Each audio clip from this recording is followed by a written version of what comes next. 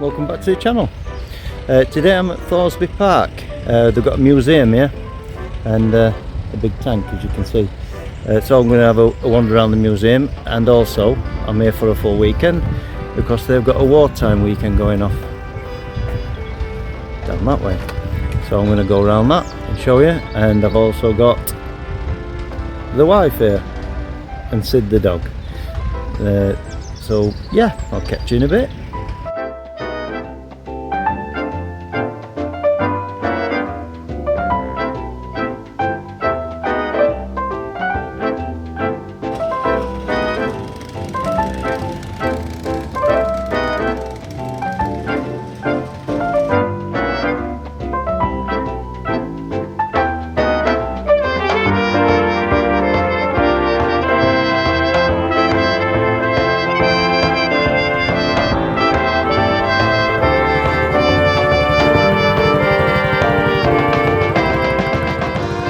Friday afternoon, the place is starting to fill up, the stalls are getting all ready, vehicles and people are still coming in.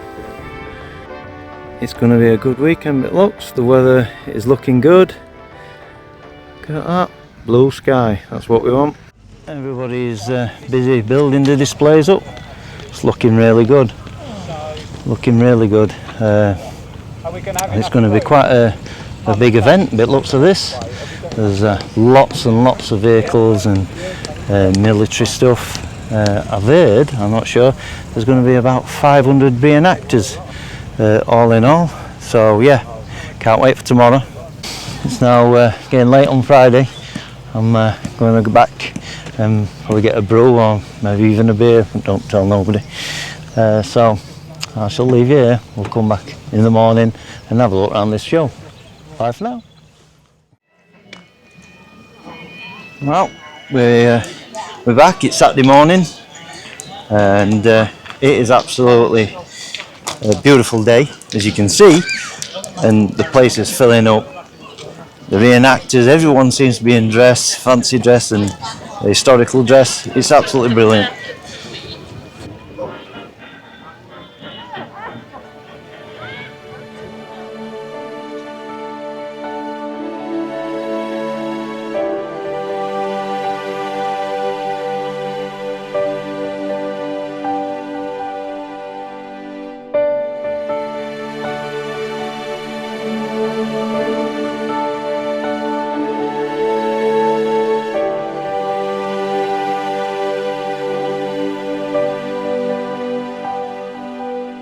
Okay, so this is the RAF Beach Unit.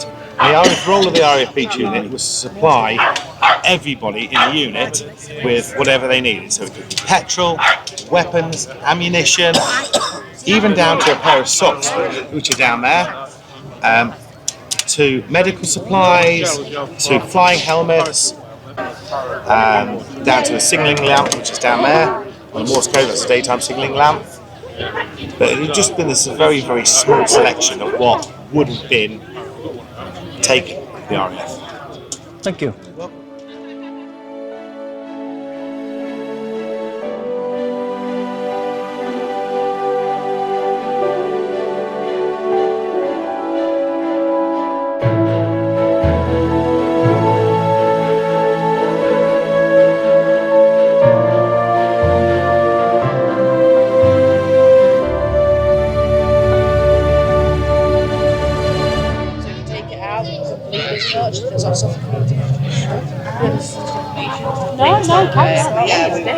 Very Ventos turns on this label on there for 22. So it's not a major issue. I'm loving this today, it's amazing. Thank you. So what we got here then? This is just a lamb stew today. What time we're serving this? I'll be back round. Unfortunately, if we've got any left, you can have some, but with our hungry troops, I doubt. Yeah, there's not going to be none left. Yeah, no. Keep up the good work, ladies. Thank you.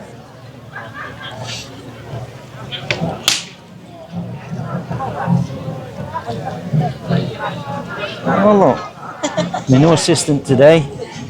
Jonathan's out, well he's joined the Navy, so I don't get to see him much. So now I've got my new assistant. The boss. The wife. Whatever. This is sick bay, so it's not here calling it. I call it sick bay, he calls it sick bay.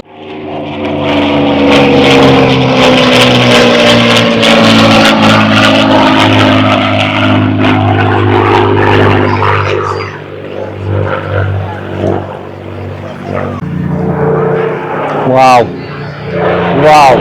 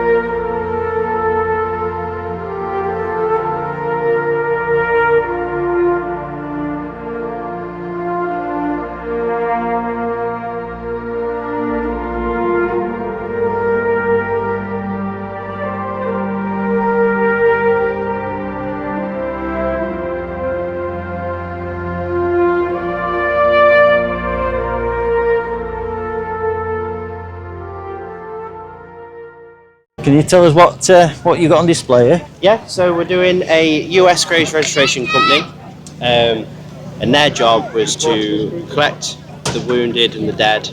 If they'd unfortunately passed away, then they'll be processed and they'll be put into the temporary cemeteries. What we've got on display here then is a temporary cemetery set up as authentically as we possibly can within the realms of the public show. So they come in and be delivered in the GMC trucks or Dodgers, and then be processed in the admin tent.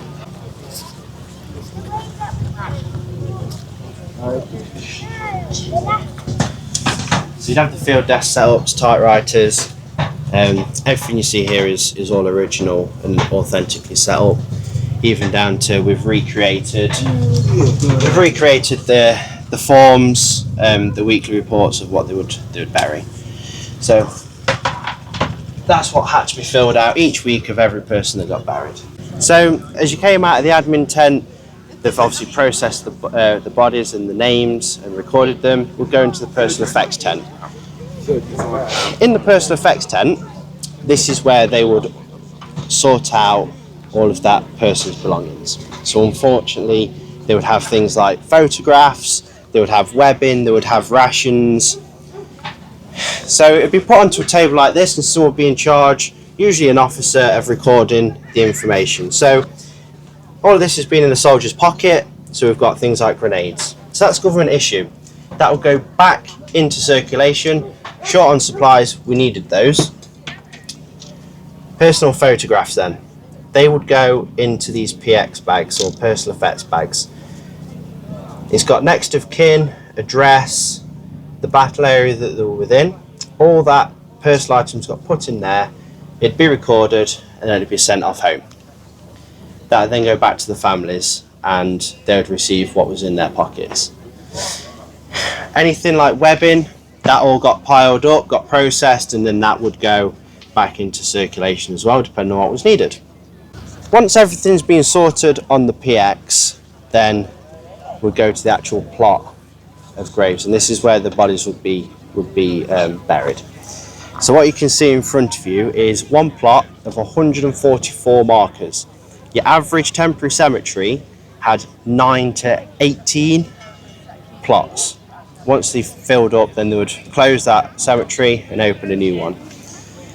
So if you think there's 144 markers there, you times that by 9, that's a hell of a lot of people. And that's just one temporary cemetery. But yeah, so the markers that you see in front of you, they're pegs on the front left corner of where they were going to dig the grave.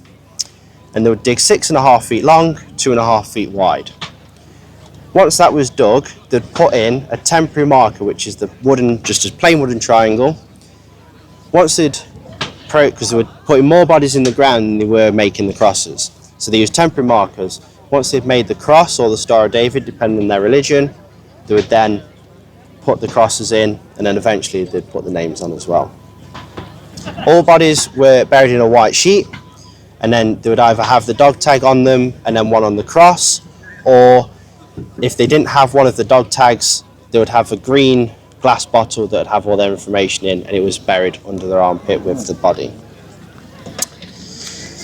The graves registration units worked from, in Europe, they worked from D-Day, so they landed at 3:30 on D-Day, and then they worked all the way through to 1948. So people think, oh, the war ended in 45. For them, it carried on. In 1948, the government said, right, we can repatriate the bodies if you want to, free of charge. So 170,000 Americans got sent back, and the rest were then sorted out and put into central cemeteries, what now we know is the permanent cemeteries, for example, Colville-Samare at Omaha Beach. So the work that these guys did as graves registration units was absolutely vital to the war effort. It was vital personally to every single person involved, whether it was comrades or whether it was family members back home. So the realities of war, ladies and gentlemen. We're here celebrating VE Day, but some chaps, a lot of them, never come back to celebrate with us. So it's great to see a display like this. It brings another side to it. Something I've never seen before at these sort of events. So yeah, it's great to see it being reported. Hiya. So what we've got here then, please? So this is the Army Nurse Corps, so the American Army Nurse, and this is a general tent setup as it would have been on a camp.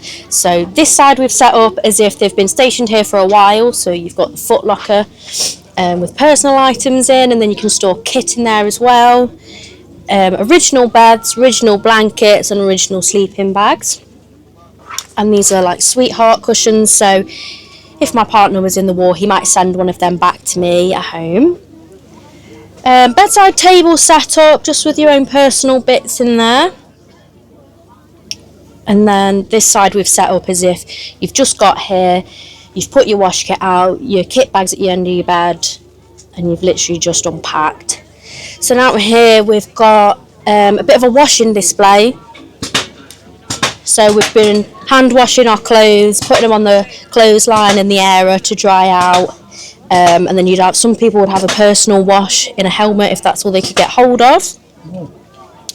And then in this one, we've just laid out a few of the uniforms that they had. So all of these on here are original, so they range from winter jackets through to like outer trousers and men's shirts, because they would have worn men's clothes as well, whatever they could get their hands on. Obviously helmets, and then your webbing and everything, all original footwear, and another bed set up. This is a liner for one of the jackets, but they also use them as dressing gowns, and that's original as well. So yeah, just a bit of what life was like on camp for the Army nurses. Brilliant, thank you. It's all right.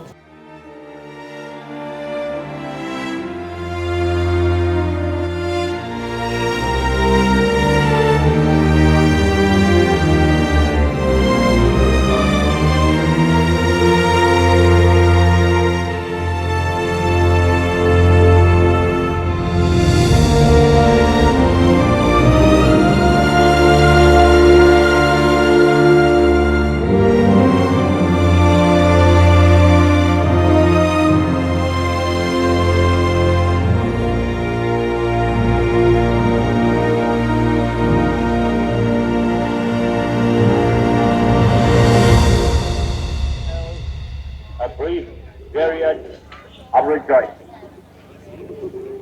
But let us not forget for a moment the toils and efforts that lie ahead. Japan, with all her treachery and greed, remains unsubdued. The injuries she has inflicted upon Great Britain, the United States, and other countries, God save the King.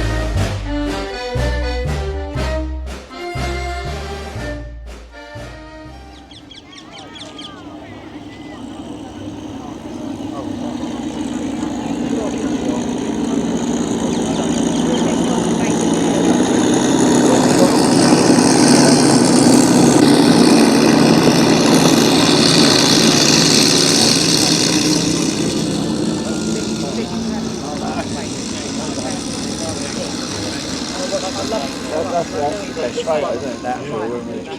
what I've always said. That, I'll take photographs.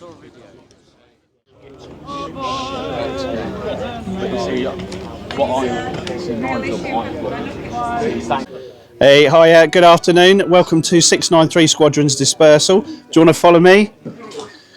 We're a small airfield out on the fens of Cambridgeshire between Doddington and Benwick. We're a village called Dodwick. Doesn't actually really exist. We just picked that because it was not going to upset anybody really. We're very generic. We don't wish to portray anyone that was real, out of respect really. Even 693 Squadron was an unissued number in this country. But you can see we've got a small dispersal here. The admin desk there, ready to receive the call to scramble.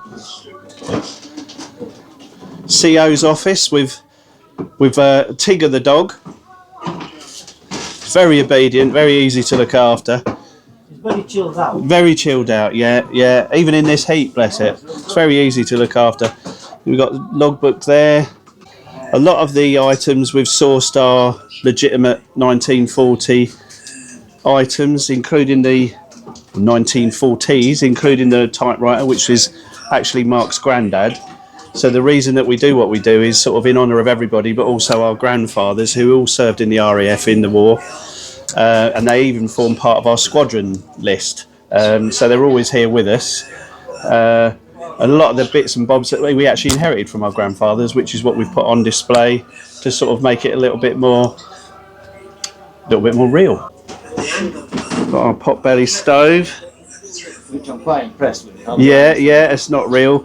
The whole display, including all the hut and the trolley and everything, all flat packs into a couple of vans. So we try to keep everything as light as possible. So what we can get that's real is great, but obviously things like that, there's no way I'd want to be taking a cast iron potbelly stove around with it. Our squadron crest that we created has obviously got the poppy for remembrance, and the Latin translators never forget. So that's what we're all about. Keep the memory alive. Blue section, Flight Sergeant Suter was my granddad. Flight Sergeant Jacko. So there's a few on there that are actually our grandfathers, so they're always part of the squadron. We were talking about light switches earlier. We've wired it all up so it's all 12 volts, so that it all comes on. Thank you for taking the time. No, thank you. Thank you for coming and visiting us. And yeah, thank you. Bless you. Thank you. Boys and girls, serious, he's filming this. Oh, you filming now? Yeah, sorry. I was going to say, I'm going to ring the bell and I do actually want you to run. Okay, no problem. Be flexible!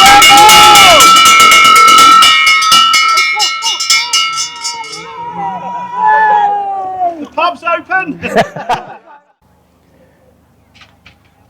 The amount of displays that we've got going off here, it's fantastic.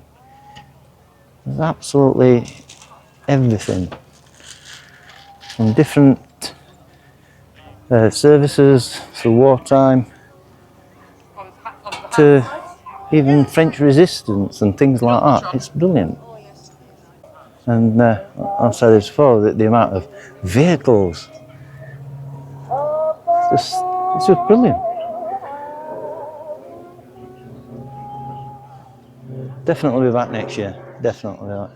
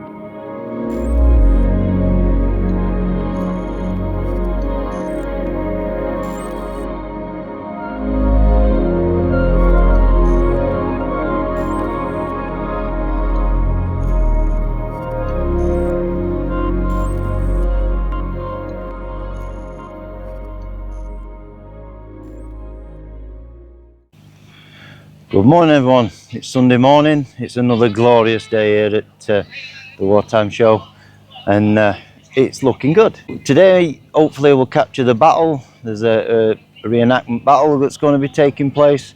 The Spitfires flying back over again, so yeah, we'll catch you then. It's gonna be a good day by the looks of it.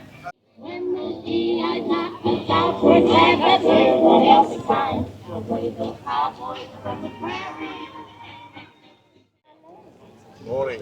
Morning. Alright. Yeah, you? Not too bad, thank you very much. Right, wait for the Spitfire, thank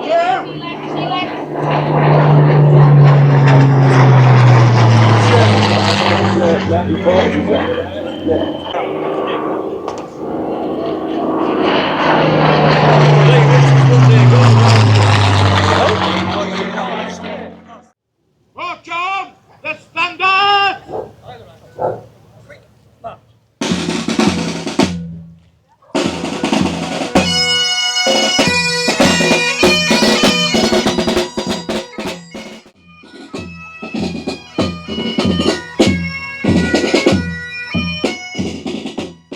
Remove headdress!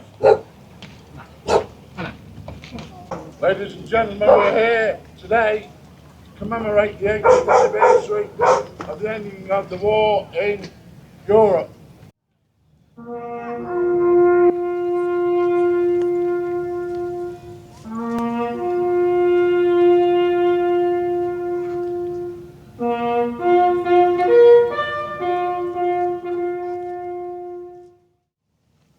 They shall grow not old, as we that are left grow old.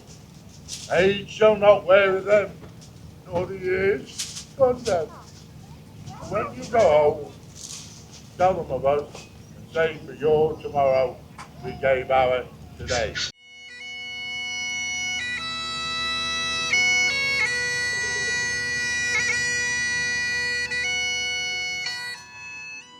Welcome everybody to our service this morning, celebrating the VE Day. So I'll begin with the service. Heaviness may endure for a night, but joy comes in the morning. God has been our refuge and our strength, a present help in times of trouble. So dear friends, we have come together on this day to commemorate the anniversary of victory in Europe.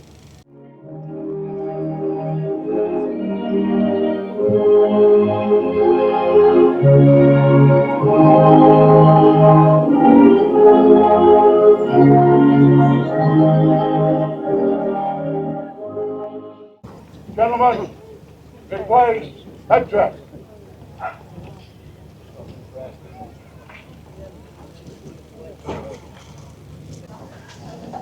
Hooray! To your duties, fall out. Thank you very much, ladies and gentlemen. Very fine.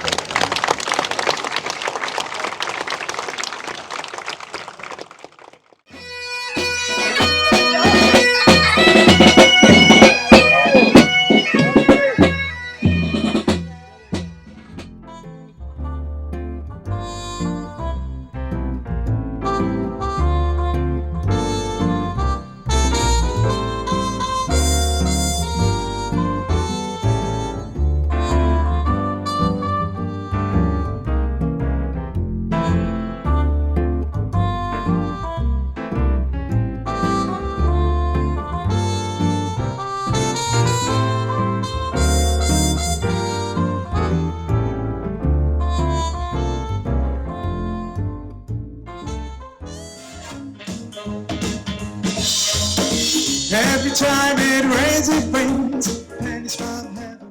Good morning, and a few from me. Alright, here we go.